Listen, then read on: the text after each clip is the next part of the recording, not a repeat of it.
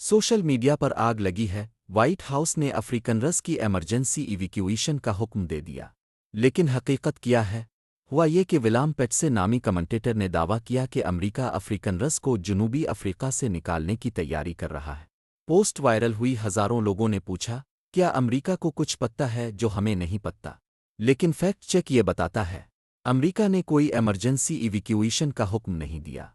जो हुआ वो ये है कि फरवरी 2025 में ट्रंप ने एक एग्जेक्टिव ऑर्डर साइन किया था, जिसमें अफ्रीकनर्स को रेफ्यूजी प्रोग्राम में तरजीह देने का कहा गया। मई में स्टेट डिपार्टमेंट ने सिर्फ रिफ्यूजी कैब बढ़ाई 7,500 से 17,500। अमरीकी ऑफिशियल्स ने साफ कहा, ये स्टैंडर्ड प्रोसेस है, कोई फौजी इवैक्यूएशन नहीं हो रही। A5B3। लेकिन सवाल बाकी है, लोग क्यों डर रहे हैं? क्योंकि जनूबी अफ्रीका में तशद्दुद, फॉर्मटिक्स और सियासी बयानबाजी की वजह से बहुत से अफ्रीकनर्स खुद को गैर महफूज महसूस करते हैं। दूसरी तरफ नाकदीन कहते हैं, ये सब सियासी एजेंडा है, हालात को बढ़ा चढ़ाकर पेश किया जा रहा है। अब क्या समझते हो, ये हकीकी खतरा है या सियासी खेल?